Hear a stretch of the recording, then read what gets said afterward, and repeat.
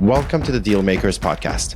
The Dealmakers is a platform for leaders in the commercial real estate industry to share their personal stories, business insights, and industry secrets because we believe in spotlighting the real people behind the deals. This podcast is brought to you by Agora, a comprehensive real estate investment and management platform offering a wide range of services to enable real growth and provide the best real estate investment experience both for GPs and LPs. I'm Asaf Raz. Let's go. And today, I have with me a very special guest in a very, very special episode. It's a little bit off topic in terms of real estate, but it has an extremely interesting story.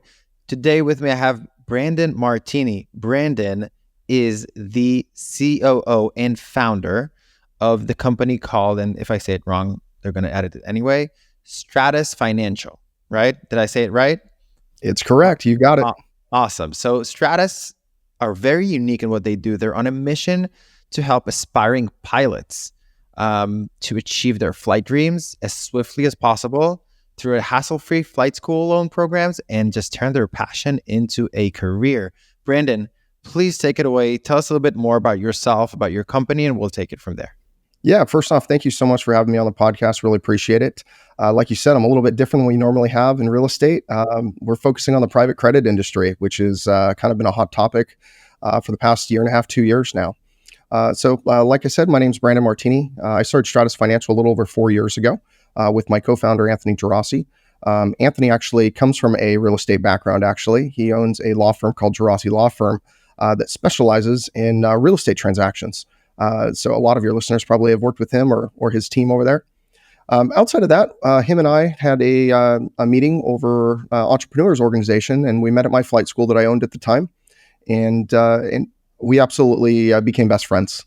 He had this newfound love for aviation and flight, and I was the aviator in the group. I have my commercial pilot's license and seaplanes and multi-engine seaplanes and all sorts of aircraft.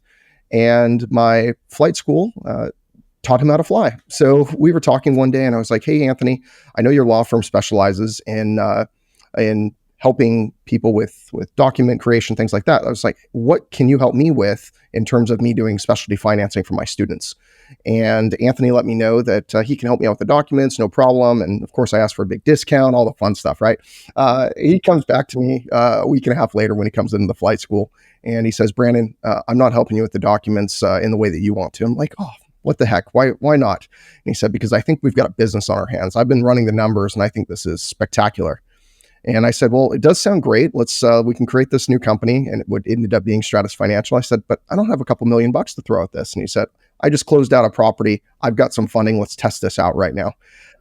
So I was real lucky with that. He said, "Let's start up." And we went on the journey of starting Stratus Financial. And we started off with one flight school, obviously mine. We expanded to 5, then 10, then 50. Now we have over 273 flight school partners across the United States. And we obviously had to fund that in some way besides Anthony's cash, and I had a little bit at the time. Besides that, so we started our first fund called Stratus Financial Fund. And what we did is we started out paying our investors great from day one. We started paying them 13% as a set rate, and anything over we kept. And if anything else, we had to pay for out of our own pockets. So we started out in that way. And that was a little over 3.5 years ago of paying that return to our customers. And we've helped over 650 students on their journey of becoming a pilot. So that's kind of the really high level version of what Stratus Financial is and where we started and how we got here. And it's been a wild ride, and it's been a fun one. I did not even start with finance in my blood before. I was the aviator guy. I was the guy who taught people how to fly. And luckily Anthony had that background, and now we've grown into talking to different firms, and we just closed a up to $50 million forward flow facility with Wall Street, a bunch of ex-Goldman guys. We've closed several other $15, $30 million rounds and fundings. And luckily, somehow we've still hung on to our company, which has been fantastic. There's a lot of people that do that, and they give it all up to private equity real early. And we've been dedicated to not doing that and making sure that we have a room for private investors into our fund. That's really unique. I think, again, this is a first for me.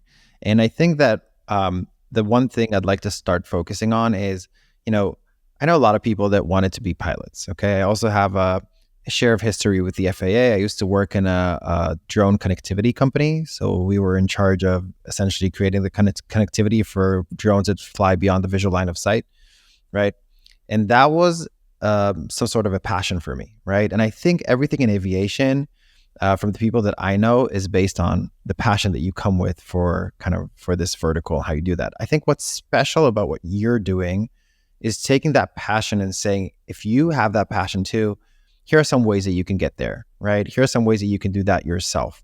Can you tell me a story about like maybe that first student that maybe reached out to you and said, hey, like I really want to do this, but I just can't finance it.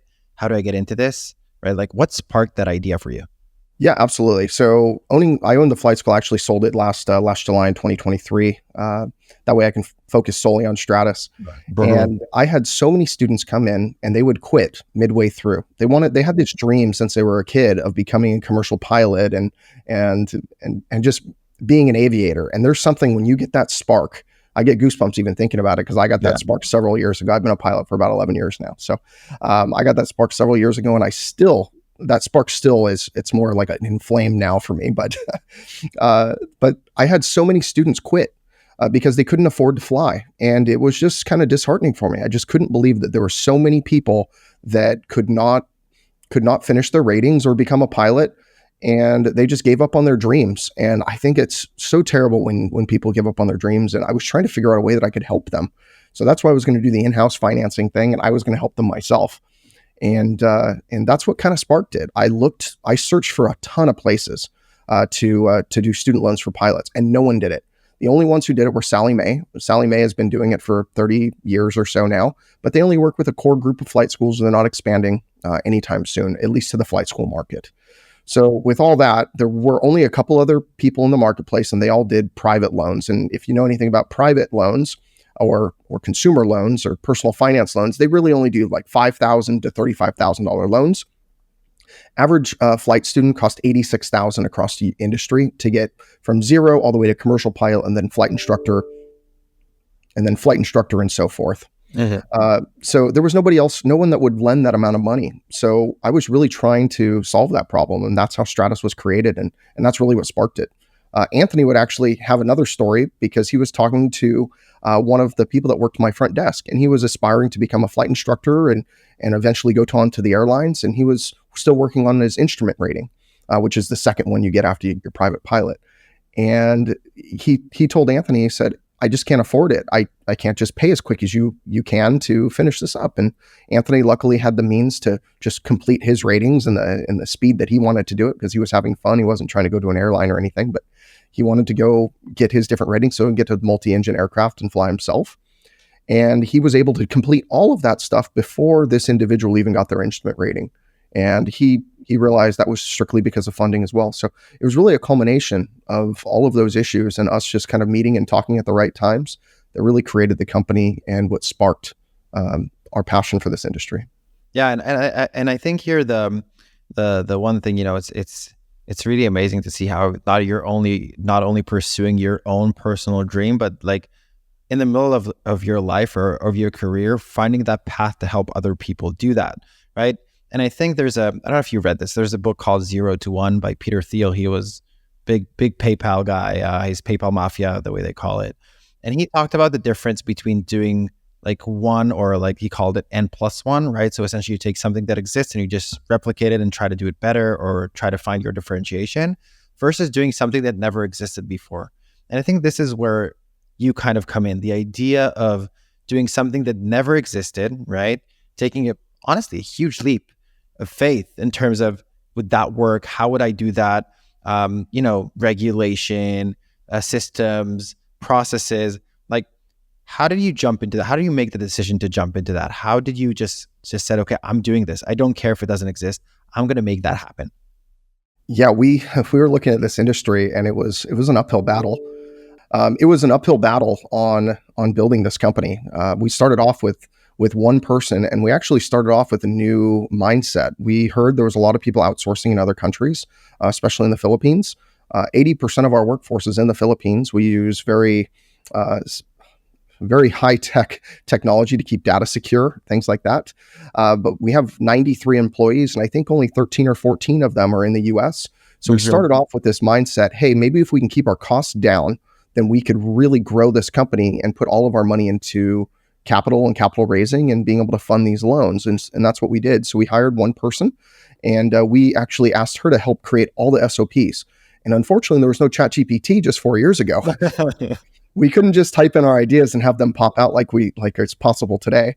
But her name is Cheryl, and she's still with us today. She was employee number one, and she helped us really grow. And we literally were just hiring for positions that we didn't even need. We hired a marketing head of marketing, was like our second or third person to hire, and I was Anthony would say, "Oh, we need this person." I'm like, "We don't need this person for 6 more months." He said, "The cost is low enough. We can have this person and just kind of build it in." So we really took a different approach to building a company rather than waiting until we needed somebody. We hired prior to that, and that was due to the cost differential. So it actually worked out really nice for us. And honestly, we probably have a few too many people on our team at this point by like 10, but I'd rather have it that way. That way we're ready to grow into that. And we've been doing a lot of things for I call it our Stratus family. We brought them on an all expenses paid vacation last year in the Philippines. They couldn't go too far. We rented out half of a Shangri-La resort. It was just fantastic. So we try to keep family first and really bring that to every aspect. I mean, even our investor boxes we sent during Christmas time this year, we sent aviator glasses and some like aviation swag. There was this really cool aviator book that had all the coolest airplanes of the past 100 years. And it was one of those really nice coffee books. And we just try to go and make that, extra step towards treating everybody around us like family. And of course, family is going to bicker, they're going to fight, but they're also going to love each other and treat each other so well. And that's really the atmosphere that we brought into Stratus and the culture that I want to kind of propagate as we continue to grow and become the next version of the company we are today. I love that. That's really inspiring. Okay, let's dive into a story. Okay, and let's see if you have one that you can share with us. You don't have to mention names, but I want to get your story on your most memorable student. The one student that came in and said, "Hey, Brandon, like I want to do this. I don't know if I can. I don't know if I should." What do you think? Do you have that kind of memorable story that we can kind of dive into? Yeah, I mean, I have a whole bunch of them. I'll tell you one, and I'll even mention his name. His name's Corey Barnett, and he ended up working for me after. But he came in with his wife in the early years of me starting my flight school around 7-8 years ago. And Corey was in a different career, and he said, "Brandon, I really have always wanted to become a pilot." And he was in his 40s. He said, "Is it possible?" And I said, "Absolutely, it's possible." I said, "But every year that somebody is older than 18 or 20 years old, you need to add 1 to 2 more hours to what it's going to be at the minimum flight hours." And that's just kind of a rough formula I've created over the years. And Corey puts in the work, and he ends up getting his private pilot's license after 6 or 9 months or whatever it was. After that, he just kept on working and kept on saying he wanted to get it done. And he eventually got his commercial pilot certificate, which is not quite what you need to get to an airline. You need an ATP at an airline, but he had his 250 hours, got his commercial. And then eventually, after about 2.5, 3 years, because he has a family and his wife, and he's doing this part-time. So he's not making this a full-time career at that point. Then he ends up getting his flight instructor, a CFI, and he starts working at my flight school. And he obviously takes a pay decrease to go from your in the 40s to in a career that you've established for 20 years to starting from the bottom to make your way up top again. And he ended up finishing up his 1,500 plus hours about a year ago. And he left to the airlines right around the time that I was selling the school. So he had this crazy dream, and he didn't know if it was possible or not. And he just showed up to a random day that I gave a free ground lesson to everybody and gave everybody donuts and made them all fat and happy, and then took everybody on a flight. From that day to achieving his dream at a time when most flight schools would have said, "Oh, you're too old, you can't do this." But he wasn't. He was at the perfect age. It was the perfect hiring environment for anybody of any age. And that was really a fantastic story. And that's just one of many. There's so many people that have come down and they finished their private pilot's license. They come give me a big hug, or they're crying after the end of it, because literally they're achieving every single goal and dream that they've ever thought about since they were just a little kid, just looking straight up at the sky and imagining that's going to be them. So Stratus Financial's kind of tag slow line is for pilots by pilots. And why that's really special to me is because there's no other finance company out there that is for pilots or by other pilots. There might be finance people that that are pilots as well, but we're the only real ones that are trying to go make an impact financially for these people. These students, at the end of the day, if you look at a chart from when you start, when you're 18 years old or so, to when you're forcibly retired at 65 from an airline, and you compare that to a doctor, you actually make about 2/3 more money than you do if you were a doctor by being a pilot. So we're funding the super wealthy consumers of America at the end of the day. It's amazing. And it takes them less time to pay off their student loans. Let's be honest for a second, right? It takes them much less time to pay it back. A lot less. Instead of $500,000 or $600,000, you're looking at $100,000 on the worst side usually. Yeah. And it's perfect. And you don't have the risk of being late, honestly, because once you're done with your hours, you start flying, you start working, you start making money. That's super cool. I really like this idea of what you're doing, honestly, Brandon. I think it's inspiring for me to hear this, especially a refreshment for what's going on in real estate, to seeing how people find the connection between their dreams and to help other people achieve those dreams as well. So that's super cool.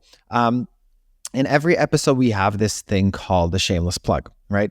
And the shameless plug is where you shamelessly plug in anything that you want about yourself, about your company, what you're doing today, what are you looking for?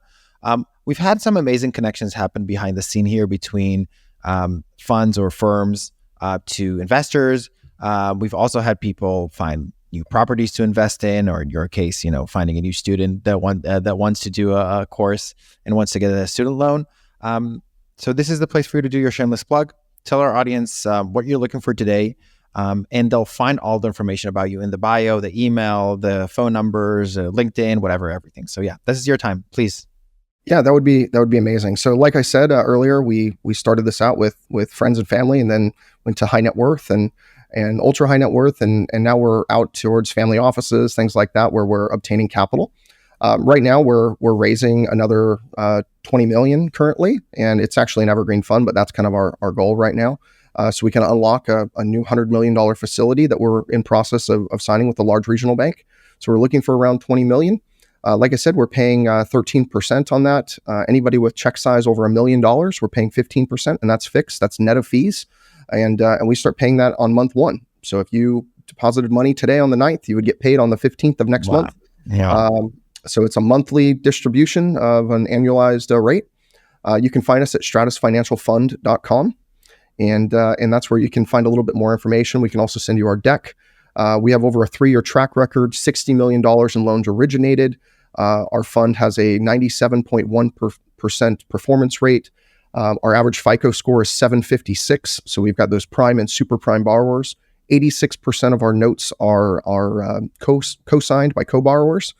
And then on top of that, we're afforded bankruptcy protections. And best of all, if somebody wants to squat in your house that doesn't get affected by us, we don't have to worry about anybody sitting and squatting in a house or anything like that. So there's my shameless plug, and I really appreciate you allowing me to tell a little bit about our story and especially about our fund, which is helping fund the future aviators of America. It's a fantastic ride we've been on so far, and I can't wait to help more people.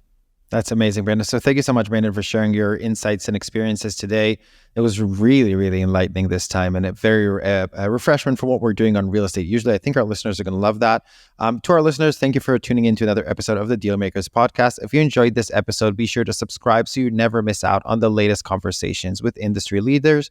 If you have any suggestions for future guests or topics, or if you'd like to be a guest yourself, please reach out to Agora via our website or social media channels. Stay tuned for more exciting episodes as we continue to explore the stories behind the deals and the people making them happen. I'm Asaf Raz, and we'll see you next time on the Dealmakers podcast. Thank you so much, Brandon.